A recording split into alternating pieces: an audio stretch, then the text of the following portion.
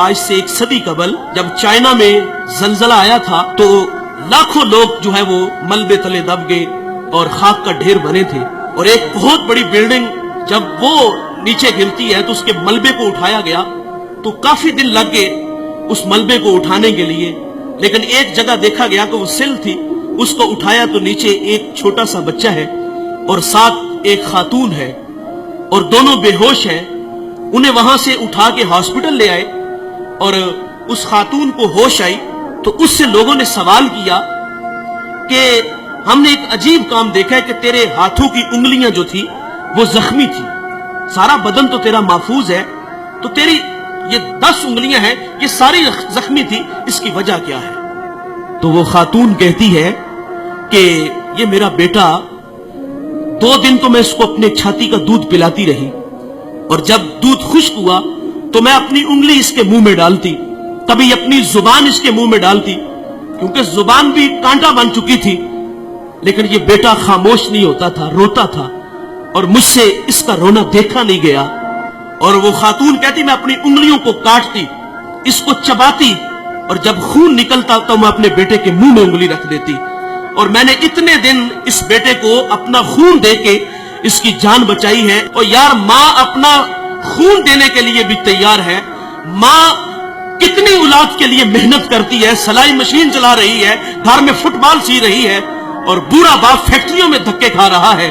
ہم اکثر رات لیٹ گھر جاتے ہیں، کسی شہر سے گزر ہوتا ہے تو فیکٹریوں سے ہم دیکھتے ہیں کہ جوان بھی نکل رہے ہیں اور رات 2 بجے بوڑھے بھی نکل رہے ہیں۔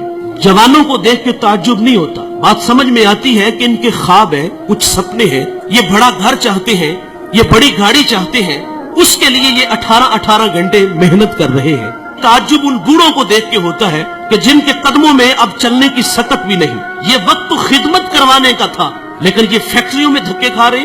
والدین کی عظمت کو سلام کرتا ہوں، یہ 18 گھنٹے کام اس لیے کرتے ہیں کہ پہلے ہمارے بچے اسکول میں پڑھتے تھے، اب کالج میں ہیں، یونیورسٹیوں میں پڑھتے ہیں، اب خرچے بڑھ گئے ہیں، ان کی تعلیم کو مکمل کرنے کے لیے وہ 18 گھنٹے کام کرتے ہیں۔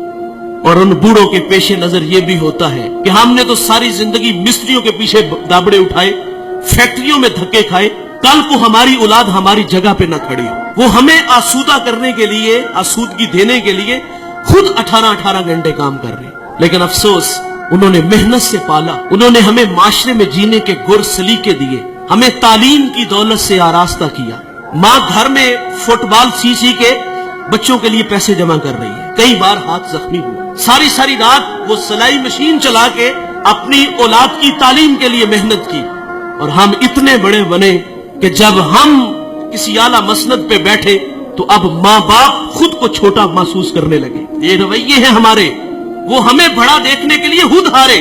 مجھے سرے راہ ایک بوڑھا ملا، وہ چنے بھون رہا تھا تو میں اس کے پاس رک گیا اور اس کا ہاتھ بھی کام نہیں کر رہا تھا۔ میں نے کہا بابا جی اس عمر میں بھی کام کرتے ہو؟ تو وہ بوڑھا مجھے کہتا ہے کہ مولوی صاحب میرا پتر 14ویں کلاس میں پڑھتا ہے۔ لیکن سخت افسوس، ہم بڑے بنے تو ماں باپ خود کو چھوٹا محسوس کرنے لگ گئے۔ اب باپ کا تعارف کراتے ہوئے بیٹے کو شرم آ رہی ہے۔ او بھائی، تم علامہ ہو، تم مفتی ہو، تم بہت بڑے پیر ہو، تم بہت بڑے سیاستدان ہو، پورے ضلع کے تم مالک ہو، لیکن صاحب جب گھر آیا کرو نا تو یہ سارے سٹار، یہ سارے اعزازات اتار کے آیا کرو۔ جب گھر میں داخل ہوا کرو تو وہی 25 سالہ پرانا ببلو بن کے آیا کرو۔ امام اعظم ابو حنیفہ رحمت اللہ علیہ، کتنا بڑا نام ہے، آپ کے استاد حماد رحمت اللہ علیہ کی مسند پہ بیٹھے ہوئے ہیں، آپ کا فتویٰ چلتا ہے، اور ماں امام اعظم کو وہی بچپن کا وہ جو ہے وہ بھولا بالا بیٹا سمجھتی ہے، اور ماں اکثر کہتی کہ مجھے یہ مسئلہ درکار ہے، یہ میں نے مسئلہ پوچھنا ہے، فلاں جگہ ایک بوڑھا عالم ہے، چلو اس کے پاس مسئلہ پوچھنے چلتے ہیں۔ بیٹا یہ نہیں کہتا ماں میں خود بہت بڑا عالم ہوں، ماں نے کہا اس عالم کے پاس جانا ہے، تو امام اعظم سواری تیار کرتے، ماں کو اس پہ بٹھاتے اور خود نکیل پکڑتے اور آگے آگے خود چلتے، اس عالم کے پاس جاتے، دستک دیتے، وہ باہر آتے تو اس کی حیا سے نگاہیں جھک جاتی، اور کہا میری ماں نے آپ سے کوئی مسئلہ پوچھنا ہے تو ان کی ذرا رہنمائی فرمائیے۔ وہ مسئلہ پوچھتی تو وہ امام اعظم سے کہتا کہ اس کا جواب کیا ہے؟ آپ ارشاد فرمائیں۔ آپ آہستگی سے فرماتے اس کا یہ جواب ہے، اور آپ تھوڑی سی اونچی آواز میں میری ماں کو مسئلہ بتا دو۔ ساری زندگی ایسے ہی ہوا، اور ماں باپ کے لیے تو اولاد وہی 25 سالہ پرانی ہونی چاہیے نا. لیکن افسوس کہ ہم گھر میں بھی آتے ہیں تو پیر بن کے آتے ہیں. افسوس کہ ہم گھر میں بھی آتے ہیں تو بہت بڑے علامہ بن کے آتے ہیں. ان کی قدر کرو صاحبو. قدر نعمت زوال نعمت کے بعد ہے. اگر یہ روٹ کر کے چلے گئے تو ہم سے عرش کا رحمان ناراض ہو جائے گا. اس ویڈیو کو شیئر ضرور کریں. ہو سکتا ہے آپ کے ایک شیئر سے یہ بات کسی کے دل میں اتر جائے.